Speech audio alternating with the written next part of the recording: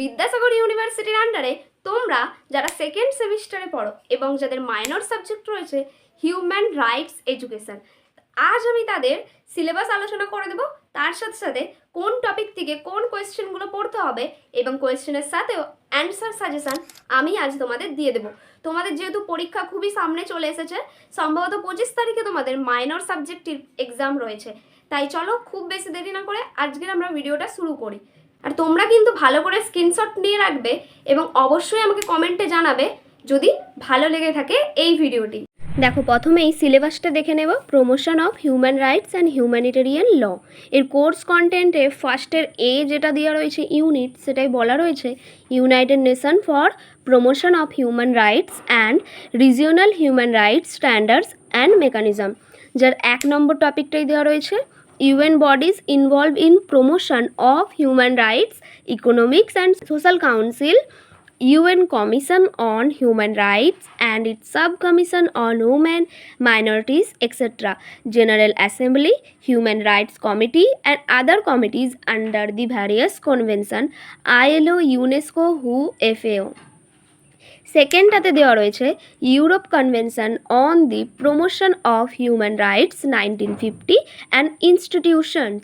Third, Latin American standards and mechanism for promotion of human rights and ফোর্থে দেওয়া রয়েছে African standards and mechanism for protection of human rights. আজকে unit এটাই তোমাদেরকে ভালো করে বলে দেবো। সমস্ত বড় কোশ্চেন তোমাদেরকে এখান দিয়ে দেবো। এই বড় কোশ্চেনগুলোর মধ্যে থেকেই কিন্তু ছোট কোশ্চেনও আসবে, তো তোমরা ভালো করে পড়ে নিবে এবং স্ক্রিনশট নিয়ে রেখে দিবে দরকার পড়লে। এটা কিন্তু লাস্ট মিনিট সাজেশন, তোমাদের এক্সাম চলেই আসছে সামনে। 25 তারিখে তোমাদের মাইনর এক্সাম রয়েছে, তো তোমরা ভালো করে পড়বে। আর অবশ্যই যদি ভিডিওটি ভালো লাগে আমাকেও বলবে কমেন্টে জানিয়ে, আমি আরও এরকম ভিডিও তোমাদের জন্য বানাতে চাই।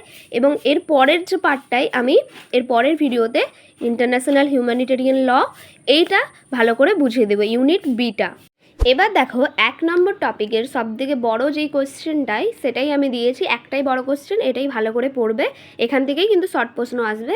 জাতিসংঘের সংস্থা ও মানবাধিকার প্রচার, এখানে কিন্তু অনেকগুলো সংস্থার নাম দেওয়া রয়েছে, এই যে ECO, SOC, economic and social council, এইটা একটা কাউন্সিল, এটা একটা সংস্থা।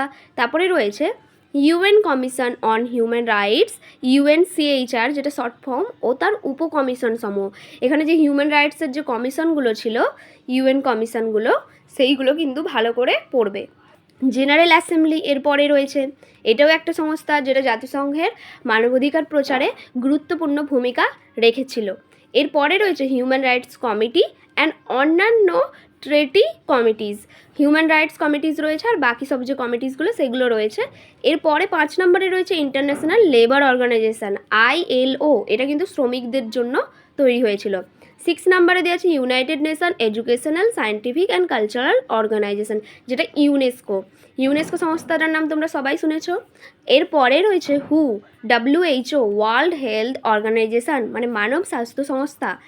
এরপরে যে 8 নম্বরটাই রয়েছে সেটা হলো ফুড অ্যান্ড এগ্রিকালচার অর্গানাইজেশন, এটা এগ্রিকালচার কৃষিভিত্তিক, FAO। এরপরে রয়েছে উপসংহার, জাতিসংঘের বিভিন্ন অঙ্গ বিশেষায়িত সংস্থা মানবাধিকারের বিভিন্ন মাত্রা নিয়ে কাজ করছে। শিক্ষা, স্বাস্থ্য, শ্রম, খাদ্য থেকে শুরু করে নারীর অধিকার, শিশুর অধিকার, সংখ্যালঘু অধিকার, সব ক্ষেত্রে তারা আন্তর্জাতিক মানদণ্ড তৈরি করেছে। এর ফলে মানবাধিকারের ধারণা কেবল জাতীয় পর্যায়ে নয় বরং আন্তর্জাতিক পরিসরেও দৃষ্টি ভিত্তি লাভ করেছে। এবার দেখো, এইখানেরই কিছু শর্ট কোশ্চেন রয়েছে, যেটা হলো জাতিসংঘের কোন অঙ্গ মানবাধিকার কার্যকর সমন্বয় করে। তারপরে হিউম্যান রাইটস কমিশনের যে ভূমিকাটা, কি কাজ করে। এরপরে রয়েছে জেনারেল অ্যাসেম্বলি মানবাধিকারের ক্ষেত্রে কী অবদান রেখেছে। হিউম্যান রাইটস কমিটি কোন কনভেনশনের অধীনে কাজ করে, এটা ICCPR।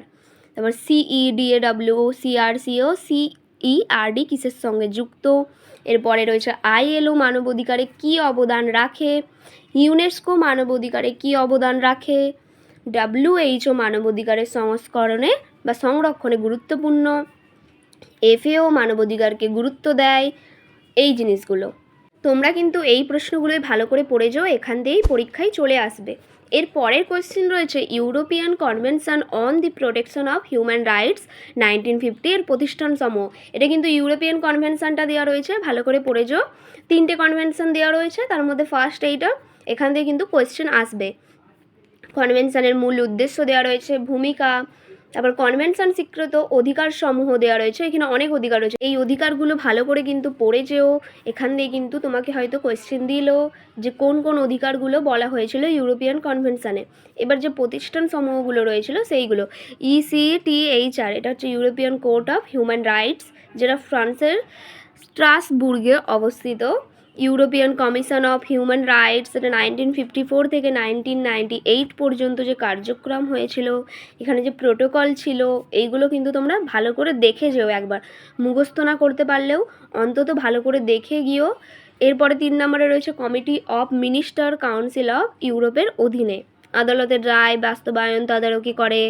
এরপরে রয়েছে একদম উপসংহার, 1950-তে ECHR ইউরোপের মানবাধিকার সুরক্ষার জন্য একটি ঐতিহাসিক মাইল ফলক। এর অধীনে গঠিত প্রতিষ্ঠানসমূহ বিশেষত European court of human rights ব্যক্তির অধিকার রক্ষায় কার্যকর ব্যবস্থা প্রদান করে। এই উপসংহারটা ভালো করে পড়ে নিও।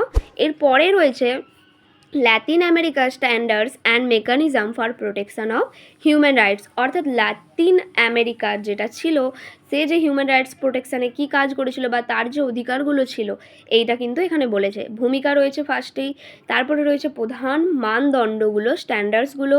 এখানে ফার্স্টে রয়েছে American declaration of rights and duties of man 1948-এ, UDHRও কিন্তু 1948-এই ছিল। তারপরে সেকেন্ডে রয়েছে American convention of human rights, ACHR 1969, San Jose convention. এরপরে 3 নম্বরে রয়েছে অতিরিক্ত প্রোটোকলগুলি, প্রোটোকল অফ স্যান সালভাডর যেটা 1988-এ হয়েছিল, প্রোটোকল 2 অ্যাবলিশ দি ডেথ পেনাল্টি 1990, এটা মৃত্যুদণ্ড সম্পূর্ণ বিলোপ উৎসাহ দেয়। এরপরে প্রধান প্রতিষ্ঠান সমূহ রয়েছে মেকানিজম, ফার্স্ট রয়েছে inter American commission on human rights, second রয়েছে inter American court of human rights যেটা 1979-এ প্রতিষ্ঠা হয়েছিল। এরপরে রয়েছে OAS, organization of American state.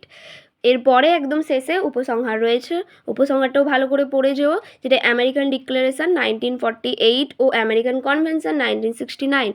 এই দুটো তারিখ আর এই দুটো জিনিস খুব ভালো করে মনে রাখবে, এইগুলো কিন্তু পরীক্ষায় শর্ট কোশ্চেন হিসেবেও আসতে পারে। এরপরে দেখো African standards and mechanism for protection of human rights দেওয়া রয়েছে, মানে আফ্রিকার যে হিউম্যান রাইটসের জন্য যে রাইটসগুলো করেছিল সেইগুলো দেওয়া রয়েছে। এরপরে দেখো আফ্রিকান মানবাধিকারের যে মানদণ্ড স্ট্যান্ডার্ডসগুলো দেওয়া রয়েছে, যার ফার্স্টে রয়েছে African charter on human and peoples right, যেটা 1981-এ তৈরি হয়েছিল চার্টারটা, আর কার্যকর হয়েছিল 1986-এ। এরপরে রয়েছে সেকেন্ডে African charter on the rights and welfare of the child, যেটা 1990 সালে হয়েছিল, শিশুদের বিশেষ সুরক্ষা প্রদান, শিক্ষা, স্বাস্থ্য ও শোষণ থেকে মুক্তি নিশ্চিত করতে। থার্ডে রয়েছে protocol on the rights of woman in Africa, আফ্রিকার ওম্যানদের জন্য যে রাইটসের প্রোটোকল তৈরি করা হয়েছিল 2003 সালে, সেইটা মাপুটো প্রোটোকল, এই প্রোটোকলটার নাম ছিল। এরপরে রয়েছে মানবাধিকার সংরক্ষণের যে প্রতিষ্ঠান সমূহ আফ্রিকান, সেইগুলো African commission on human rights and peoples right, সেকেন্ডে রয়েছে African court on human and peoples right, যেটা 2004 সালে প্রতিষ্ঠা হয়েছিল। এর পরেরগুলোতে রয়েছে 3 নম্বরে African committee of experts on the rights and welfare of the child 1990। 4 নম্বরে দেওয়া রয়েছে আফ্রিকান ইউনিয়ন অ্যাসেম্বলি ও এক্সিকিউটিভ কাউন্সিল।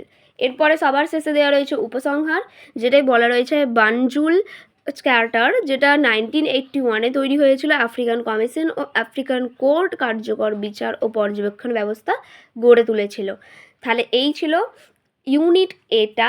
এর পরের ভিডিওতে আমি ইউনিট বিটা ভালো করে আলোচনা করে দেব, তোমরা ভালো করে কিন্তু পড়ে যেও।